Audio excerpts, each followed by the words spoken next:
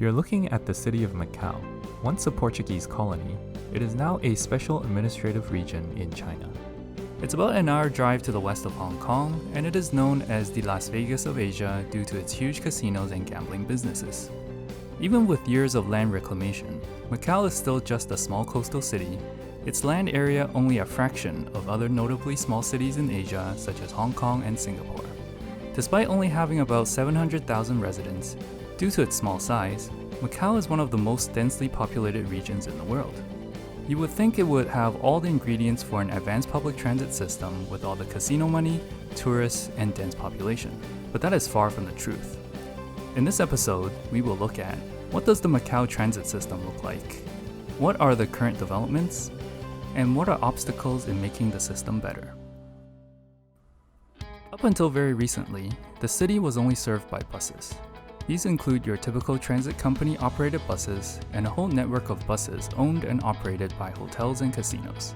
That's right, there are buses that take you to and from major points of interest, back to your hotel, and other entertainment venues, and they were actually all for free. Tourists made up such a large portion of the city's economic output, it actually made sense for casinos and hotels to offer free buses. And these were pretty good-looking coaches that ran multiple lines on a pretty frequent schedule. But there are a lot of underlying problems with this. Well, you see, the entire city of Macau only has about 700 kilometers of roads. Many of these are narrow and European-esque. To make matters worse, the city is basically split between one mainland and one island, the Macau Peninsula and Taipa, which limits the number of ways to get from one side of the city to the next. With the amount of buses, taxis, and other private cars, traffic congestion is a real problem. And although there is a great network of free buses, most tourists actually travel very similar routes, so it makes certain bus stops like the customs checkpoint at the relatively new Hong Kong-Macau Zhuhai Bridge and the area leading to Senado Square pretty crowded. Did we mention these buses were for tourists? This leaves the locals with actually quite an inadequate network of public transit to work with.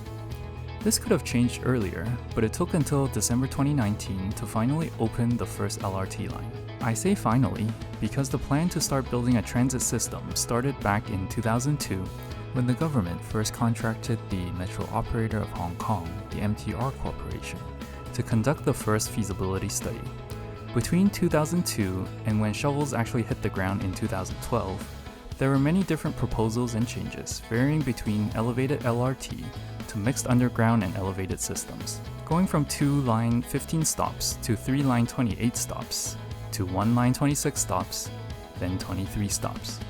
Eventually, due to ballooning costs and crazy amounts of delay, the entire project became split into different phases, with phase 1 being an 11-stop line, which solely runs on the Taipa Island side. One additional station would connect the line to the Macau Peninsula mainland part of the city, but it will not be completed until 2023. Powered by Mitsubishi Heavy Industries Crystal Mover APM vehicles, this driverless and fully automated rolling stock runs on rubber tires, which provides a very quiet and smooth ride. It is an elevated line with no interference with road traffic. There have been minor signaling and electrical incidents, but the system has generally worked fine and has garnered great reviews. Sounds like everything's going well. So what's the problem? Unfortunately, timing is everything. The line opened at the end of December 2019, right before the border closure, lockdowns, and the disappearance of tourists in Macau. This is a large impact on the future of the system. Currently, the LRT has 4 more lines that are planned, and only 1 is actually under construction. The rest are either still in planning stages or in the bidding stages. The end goal is to link the island and peninsula together, with stations across the entire cities and connections to land crossings and customs checkpoints to China and Hong Kong. With lower tourist numbers and less than ideal ridership currently, it is entirely possible the entire LRT project gets shelved or altered significantly to save costs.